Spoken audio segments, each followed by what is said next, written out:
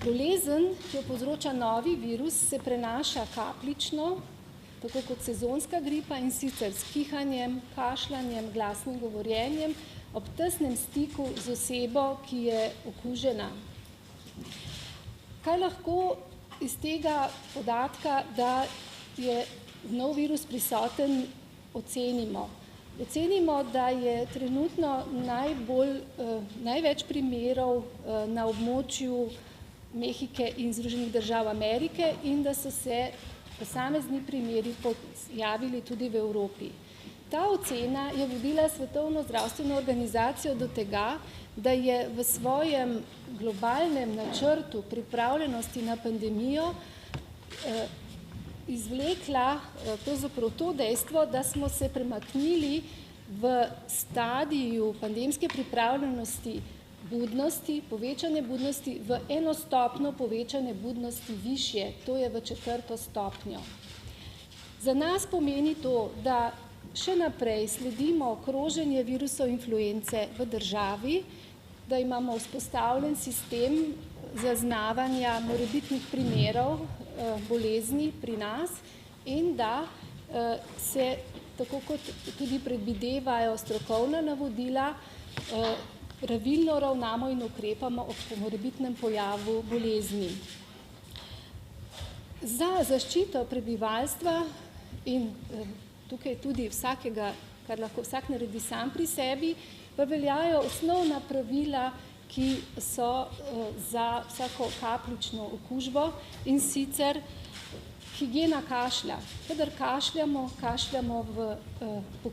skozi pokrita usta z papirnim robcem, ki ga potem odvržemo v koš za smeti in si umijemo roke.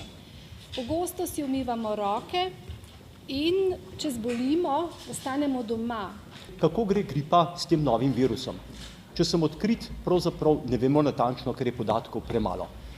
Zgleda pa, vsaj po podatkih iz Združenih držav Amerike, da je potek kar tak kot pri običajni gripi. Torej, nič posebnega, če vzamemo tistih nekaj 10 ljudi. Ampak če bi pa zbolelo veliko število ljudi, seveda pa to pomeni kar hudo stvar trenutno za gospodarstvo, za zdravje in tudi marsikdo bi umrl. No, na drugi strani so pa podatki iz Mehike. Tam je pa seveda po sedanjih ocenah ali je umrlo 7–8% ljudi od tistih, ki so zboleli. Rad bi vas opozoril, da govorimo o stvareh, o predvidevanjih. To so res številke, ampak dejstvo je, da ne vemo, če so vsi ti, ki so proglašeni, da so imeli to novo obliko gripe, res imeli to novo obliko ali so imeli kaj drugega. Poleg tega je pa znano iz takih izbruhov odprej, da se vsaj v začetku registrirajo, diagnosticirajo in registrirajo predvsem tisti, ki imajo težko obliko bolezni. To se pravi, da najbrž tisti, ki imajo blago, je premalo podatkov. Zaenkrat velja, da zgleda, da je bolezenska slika podobna kot pri običajni gripi, poudarjam pa, da je glede tega podatkov, da bi to zanesljivo rekli, podatkov premalo. Obveščamo javnost preko spletnih strani Ministrstva in Inštituta za varovanje zdravja.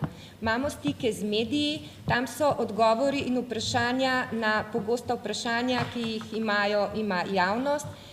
Strokovna javnost je obveščena in ve, kako ravnati